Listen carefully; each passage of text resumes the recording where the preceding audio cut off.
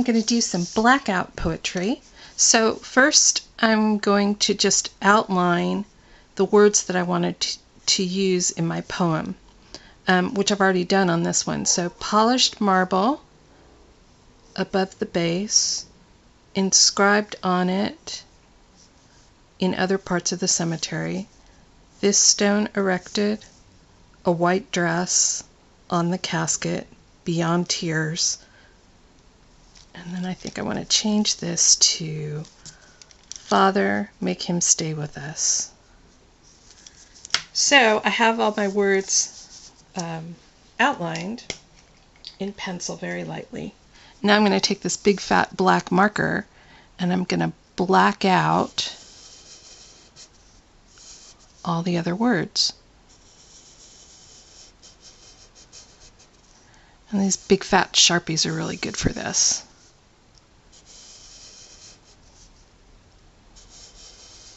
And that's all there is to blackout poetry. It's just outlining the words that you want to use for your poem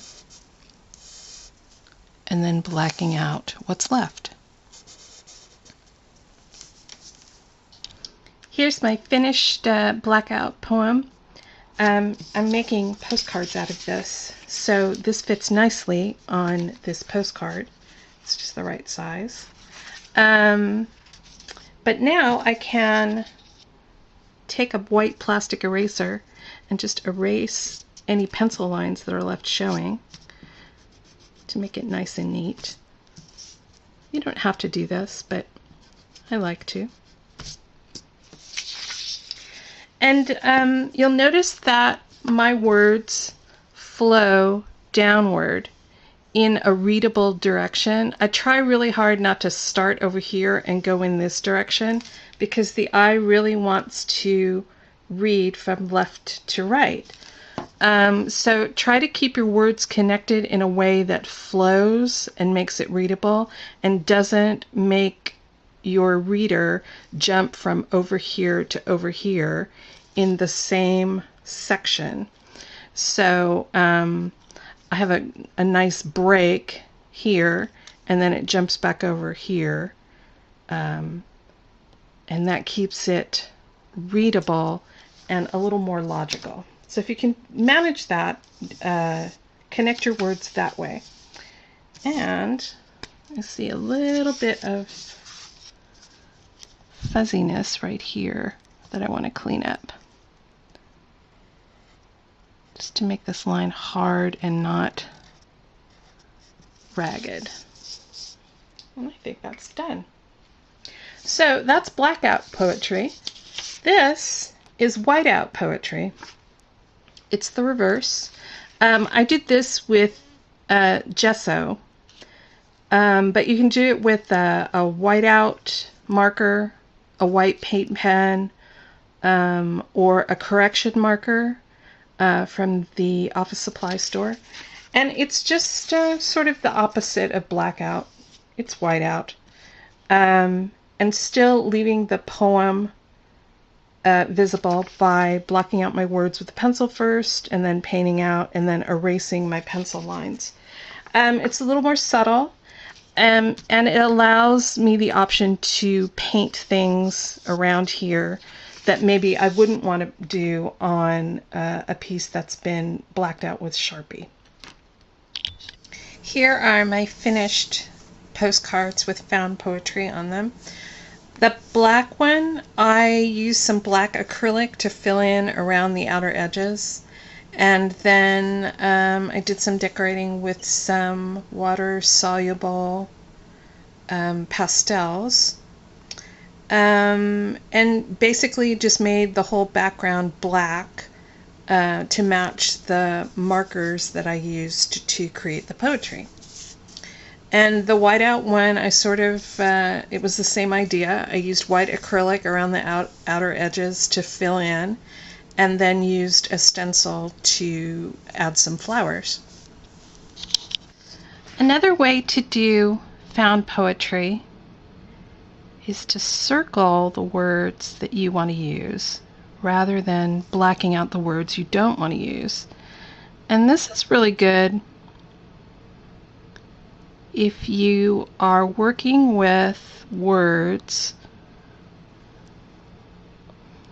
that aren't conveniently arranged for a good flow, because you can draw arrows that tell the reader where to go next.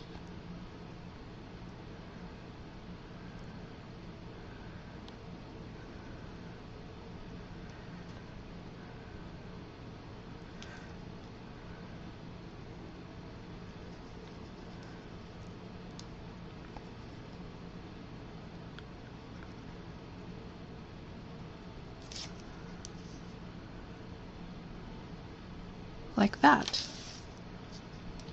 And now I can do whatever I want out here. The viewer will be drawn to those words that I've circled.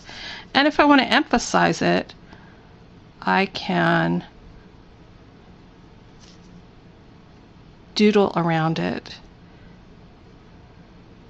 In fact, I could doodle over this whole page.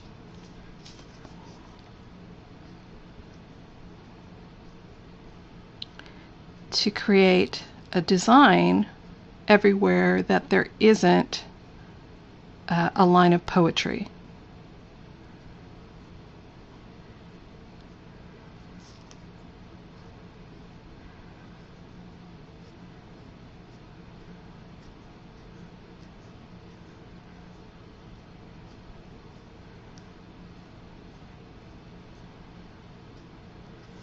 And that sort of helps to block out the words that are around so that the reader isn't tempted to read more than you want them to. Because sometimes these words around the outside can be a little distracting.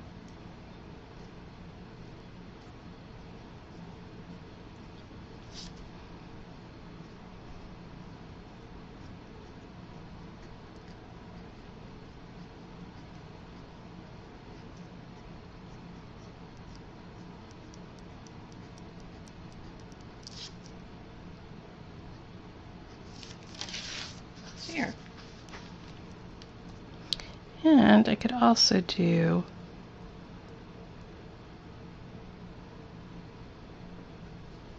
this,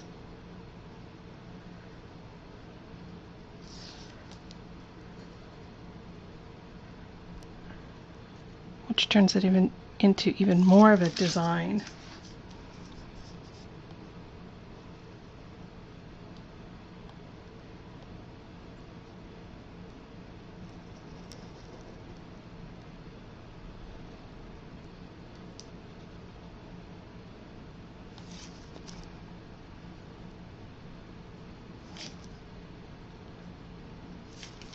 There.